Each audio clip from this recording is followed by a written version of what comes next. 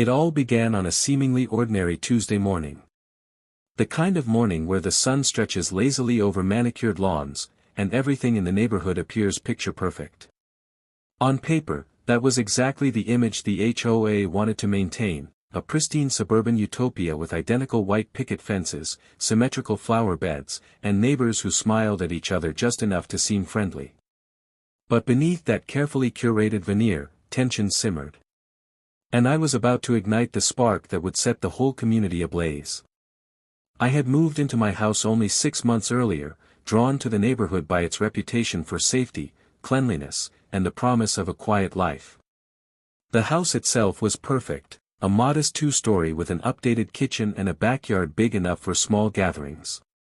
But almost immediately, I began to notice the little quirks that set this HOA apart from any other, the obsessive rules, the petty fines, and the constant surveillance. Each rule was absurd on its face. Grass couldn't grow too tall, holiday decorations had strict limits, even the paint on your door had to match a specific shade in the HOA-approved color chart. At first, I laughed it off. Who really cared if my hydrangeas were 1 inch taller than allowed? Then it happened. I received the letter, a crisp white envelope with the HOA's logo stamped in gold. My heart sank when I read the words, "You are hereby fined $250 for improper placement of trash bins on non-designated days." I blinked. I stared. Then I reread it. My trash bins had been neatly tucked behind the garage, as far from public view as possible. No one had complained, yet here was a fine demanding I pay for a crime I hadn't committed. Them right back. I started small. First, I meticulously documented every minor rule violation I saw around the neighborhood. The HOA prided itself on keeping everyone in line, yet I noticed fences that were slightly crooked, flower beds that didn't meet height regulations, and even a mailbox painted an unapproved shade of beige. Each infraction was a thread I could pull, a tiny opening into the tightly wound fabric of their authority. But I knew I couldn't act rashly. The HOA had power, yes, but it had a blind spot, pride. They were obsessed with appearances, with maintaining a flawless image to outsiders. That pride could be weaponized, turned against them in a way that was methodical, undeniable, and public. My plan began to take shape, not revenge for revenge's sake, but strategy. Every document, every photograph, every recorded violation became ammunition. Then came the first real test. I attended a neighborhood meeting, the kind that usually started with perfunctory greetings and devolved into passive-aggressive debates over paint colors and lawn care. The board members were self-assured, almost smug, as they lectured homeowners about community standards and civic responsibility. I kept my head down, taking notes. But every word they spoke only confirmed my theory. They ruled not with reason or fairness, but with fear, bureaucracy, and the illusion of superiority. It was during that meeting that I noticed how carefully they hid their own mistakes. A new board member, eager to make a mark, had installed a decorative garden statue that blatantly violated size restrictions. No one dared mention it, not because it was invisible, but because it was untouchable in their social hierarchy. I realized then that the HOA's power relied entirely on intimidation, not integrity. And once I understood that, I knew I had a path forward. Over the next few weeks, I executed the first phase of my plan, observation. I photographed misaligned fences, improper landscaping, and other small violations. I cataloged them meticulously, creating a digital record that was impossible to ignore. Simultaneously, I quietly attended HOA meetings and watched patterns emerge: who enforced the rules the strictest, who bent them for friends, and who secretly ignored them altogether. Every inconsistency was a chink in their armor. The tension in the neighborhood began to shift subtly, almost imperceptibly. A few neighbors confided in me about their own grievances: fines for minor infractions, rude letters in the mailbox, and arbitrary demands that made them feel powerless. I listened, collected stories, and documented each one, quietly building a network of allies who had been quietly simmering under the surface of the HOA's dictatorship. Then came the catalyst. One morning, I received another fine. This time, it was for unauthorized placement of outdoor furniture. My blood boiled. I had only moved a single chair closer to the shade. The petty, trivial nature of these fines had crossed a line. That was when I realized, the fine wasn't just a penalty, it was a challenge. And I was ready to meet it head-on. I began to craft my next move with surgical precision. Public perception would be key. If I could expose the HOA's hypocrisy and mismanagement without seeming vengeful, I could rally the neighborhood behind me. I planned to create a visual record of every violation, juxtaposed with their strict enforcement of minor homeowner mistakes. Photographs, spreadsheets, letters, all would become undeniable evidence of their double standards. Every step I took was calculated. I didn't act impulsively, but the tension grew. Neighbors began to whisper, suspicious of my quiet presence and careful photography. The board, oblivious to the storm brewing, continued its petty enforcement of rules, unaware that their grip on the community was weakening. I could almost taste the irony. The very institution designed to control behavior was being meticulously exposed by the person they thought was powerless. By the end of the month, I had assembled the first comprehensive dossier of HOA hypocrisy. Each page was a revelation: board members ignoring their own regulations, selective enforcement of fines, and absurdly trivial penalties imposed on perfectly obedient homeowners. It was undeniable. And I knew, in that quiet moment, that the first strike had been mine, but the real battle was only beginning. The fine that had seemed like a personal attack had become my catalyst. It had lit a fire beneath the surface of the neighborhood, awakening long-suppressed frustrations and drawing a line between those who blindly followed the rules and those who saw the absurdity behind the facade. My quiet documentation and observation had transformed the landscape of the community, turning fear into strategy, petty enforcement into opportunity, and a personal grievance into a looming revolution. And as I closed my laptop that evening, reviewing the photos and notes one final time, a calm certainty settled over me. The HOA thought they had won by fining me. They thought their power was absolute. They were about to find out that the fine had done something far greater than punish me. It had marked the beginning of their downfall. The first chapter of the story had been written, not in words, but in actions, observations, and quiet preparation. And the next phase was ready to unfold, a calculated escalation that would challenge the authority of the HOA in ways they could never have imagined. The following weeks were a masterclass in patience and observation. While the neighborhood carried on with its usual routine of immaculate lawns and enforced smiles, I worked behind the scenes, quietly turning the HOA's own rules into a weapon. Each trivial infraction, once overlooked or ignored, became a thread in the web I was carefully weaving. The irony was delicious: the very regulations they had used to control everyone else were about to be their undoing. I began by reaching out subtly to neighbors I had noticed were quietly frustrated. There was Mrs. Donovan, who had been fined for planting daisies that allegedly obstructed sightlines, and the Patel family, who had received a letter for leaving a welcome mat that wasn't the approved hue.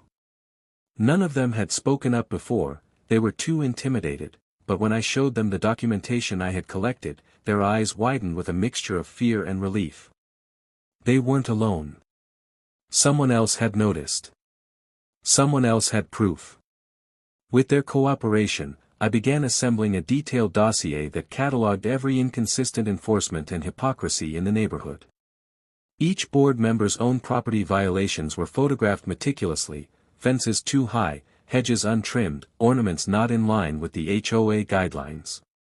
Every inconsistency I discovered added a layer of legitimacy to the growing argument: the HOA was not a benevolent overseer, it was a selective, self-serving authority. The first public ripple came during an HOA meeting. They were discussing fines again, as usual, highlighting the importance of compliance. I had made sure to quietly circulate copies of my dossier to several neighbors ahead of time. When the meeting began, a few people had their printed copies in hand, and murmurs began to ripple through the room. Board members noticed, their confident expressions faltering for the first time. The atmosphere was electric. People were nervous, whispering to each other, exchanging glances that conveyed years of pent-up frustration. The board tried to regain control, lecturing about the importance of neighborhood standards, but the words fell flat against the weight of evidence sitting silently on the tables. I watched as disbelief and tension etched across their faces, their perfect control slipping. From there, things accelerated. Neighbors began stepping forward, pointing out violations that had been ignored, demanding accountability. The air shifted, the invisible hierarchy that had allowed the board to rule with unchecked authority was crumbling. Each complaint, supported by visual evidence, chipped away at their credibility. The irony wasn't lost on me. They had spent months policing tiny infractions like slightly misaligned pavers or unapproved garden statues, yet the very same rules now highlighted their own failures. I realized the power of perception at this moment. The HOA had relied entirely on fear and the threat of fines. But fear has limits, especially when faced with undeniable proof of hypocrisy. People who had once bowed silently now felt emboldened. And I made sure the documentation was undeniable, photos with timestamps, carefully detailed notes, and even comparisons showing selective enforcement. There was no room for them to dismiss it as coincidence or misunderstanding. Meanwhile, I continued my quiet campaign of strategy. I didn't attack directly at first, I let the dominoes fall on their own. The board's first misstep was obvious. They tried to dismiss complaints from homeowners whose records I had already compiled. But the pattern was clear, and this time, it couldn't be ignored. Tension escalated quickly. Meetings became battlegrounds, emails grew accusatory, and neighbors began speaking up in ways they never had before. Every interaction reinforced the narrative: the HOA was arbitrary, petty, and inconsistent. One evening, I decided to take it a step further. I created a visual timeline comparing all fines issued over the past year with documented violations by the board members themselves. The contrast was staggering: fines for minor deviations next to blatant infractions by the supposed enforcers. I sent the timeline to a few influential residents, those whose opinions carried weight. Within hours, the neighborhood was buzzing quietly but insistently. People started talking about it at morning jogs, at school pickups, even casually over backyard fences. Rumors turned into conversations, and conversations into collective awareness.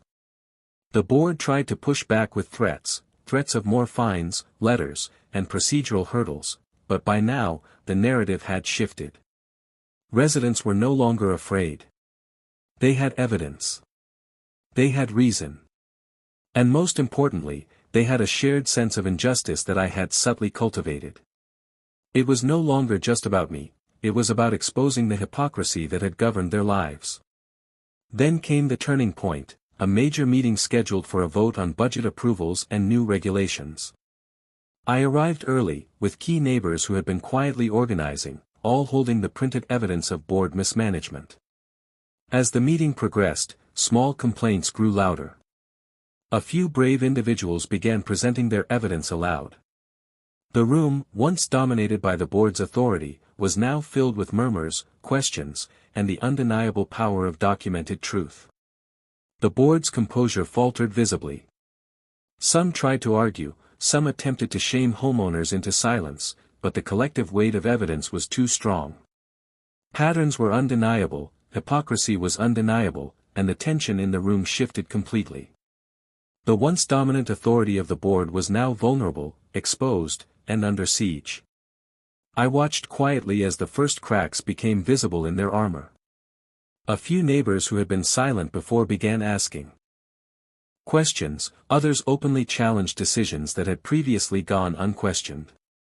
The HOA's tactics of intimidation and selective enforcement had been turned against them in a way that was systematic, undeniable, and escalating rapidly.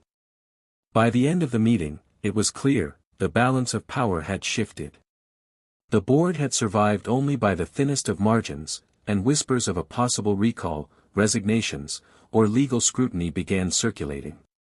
What had started as a single $250 fine, a petty, absurd attempt to assert control, had spiraled into a community uprising, one that no one on the board had anticipated.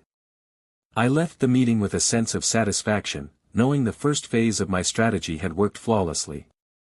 The HOA was still standing, but its authority had been challenged publicly, its credibility shaken, and its control no longer absolute. I had turned the fine meant to punish me into a catalyst for systemic exposure, a weapon forged from observation, patience, and strategic escalation. And as I returned home that evening, walking past the same manicured lawns and symmetrical flower beds that had seemed so tranquil months ago, I realized something crucial: the real battle was far from over. The board would regroup. They would attempt countermeasures. But now, they were on the defensive, and every misstep they made would only fuel the momentum I had built. The stage was set. The first strike had been taken, the neighborhood awakened, and the HOA had no idea the storm that was gathering just beyond their perfectly trimmed hedges. The fine that had seemed like an end had become the beginning. And as I closed my files for the night, reviewing the photographs and records once more, I knew one thing with absolute certainty: the final chapter of this story would be devastating, and it would be unforgettable. By the time the final chapter of this saga began, the neighborhood was no longer quiet. Subtle whispers had grown into open conversations, and tension that had been simmering beneath the surface for months boiled into outright confrontation. The board members, once untouchable, now walked with visible unease. Their petty rules, which had been wielded as weapons to control and intimidate, were being turned back on them, and everyone in the neighborhood could see it. It all came to a head on the day of the so-called annual HOA review, a meeting that traditionally served as a tedious formality to approve budgets, new policies, and routine fines. That year, the room was packed. Chairs overflowed into the hallway, and more than half the residents were holding copies of the evidence I had meticulously compiled. Every photograph, spreadsheet, and note I had collected over the months was now in circulation, ready to be presented in public. The board tried to begin as usual, speaking in their rehearsed tones about community standards and the importance of compliance. But even their most loyal supporters looked uneasy. The momentum had shifted irreversibly. When the first resident stood up to present evidence of blatant hypocrisy, hedges ignored, fences unapproved, illegal statues, they were met with nods, murmurs of agreement, and a swelling sense of empowerment. One by one, homeowners took the floor, each citing rules they had been fined for while showing how board members themselves had flagrantly ignored them. The energy in the room was electric. I watched silently as fear and frustration replaced the smugness and control that had defined the board for years. Their arguments grew defensive, their voices sharp, but they were drowned out by the collective weight of proof. Every photo, every record, every email I had collected undermined their authority. The irony was intoxicating: they had spent months fining residents for minor violations, and now those fines had become the spark for public exposure of their own failings. The turning point came when a particularly vocal resident, holding a printed timeline of fines versus board violations, demanded accountability. The room erupted in murmurs and nods. A few board members tried to retort, but even their allies were hesitant. The evidence was too overwhelming, the momentum too strong, and the social pressure too real. It was clear that the era of blind obedience was over. I could see the fear in their eyes. They realized, finally, that the rules they had imposed with absolute authority were not inviolable, they were tools, and those tools could be turned against them. What followed was a chaotic mixture of accusations, denials, and desperate attempts at control. Emails were read aloud, screenshots projected on a makeshift screen, and contradictions between written policy and board behavior were exposed one after another. Every misstep, every selective enforcement, every trivial fine now pointed to the same conclusion: the HOA had lost moral and practical authority in the neighborhood. Legal counsel, who had been quietly observing from the back of the room, began whispering among themselves. It became clear that many of the fines issued over the past year could be contested and potentially refunded. Homeowners started discussing potential lawsuits, collective demands, and ways to force resignations of the most egregious board members. What had begun as a single petty fine against me had grown into a full-scale exposure of systematic mismanagement and abuse of power. The most surreal moment came when a long-serving board president, usually composed and self-assured, attempted to regain control by invoking bylaws and procedures. But it was too late. The room no longer feared them. The board's authority, which had rested entirely on intimidation and selective enforcement, had evaporated. One by one, members were called out for their hypocrisy, their excuses met with laughter, incredulous stares, and mounting outrage. I remained calm, quietly observing the unraveling of the very institution that had tried to punish me. The documentation I had built was complete, methodical, and impossible to refute. Every neighbor who had once feared retaliation now stood proudly, empowered by the evidence. The collective sense of injustice had transformed into an unstoppable force. Within hours, the meeting descended into what could only be described as controlled chaos. The board, realizing they had lost not only credibility but also control over the neighborhood, began quietly discussing resignations. A few attempted last-ditch arguments about precedent and community values, but the response was unanimous: they had failed. The community was no longer willing to accept arbitrary fines, secretive rules, or selective enforcement. By the end of the day, the outcome was clear. Several board members resigned on the spot, others quietly retreated, and a plan was set in motion to restructure the HOA with new oversight and accountability measures. What had started as a $250 fine, a petty, meaningless penalty, had sparked a revolution that no one in the neighborhood would ever forget. The balance of power had shifted irreversibly, and the HOA's old regime had been dismantled in full view of the community they had once controlled. Walking home that evening, past the familiar lawns and flower beds, I felt a profound sense of satisfaction. The neighborhood was no longer a place of fear, absurd rules, and petty fines. It was a community awake to its own power, emboldened by the realization that no authority is absolute when exposed to truth and collective action. The fine that was meant to punish me had instead become the instrument of transformation, a dramatic, sweeping reversal that reminded everyone that justice, even in suburban communities, could be strategic, patient, and devastatingly effective. In the end, the HOA learned a lesson that would echo for years. Control built on fear and hypocrisy is fragile, and even the smallest spark, a single fine, a single act of defiance, can ignite an unstoppable chain reaction. And as the neighborhood began to rebuild under new leadership, one thing was clear: the fine that had once sought to suppress me had instead toppled the empire of absurd rules, petty punishments, and unchecked authority. The story was complete. The battle was over. And the neighborhood, once a picture-perfect facade hiding simmering discontent, had been forever changed, because one person refused to accept an unjust fine and turned it into a weapon of reckoning.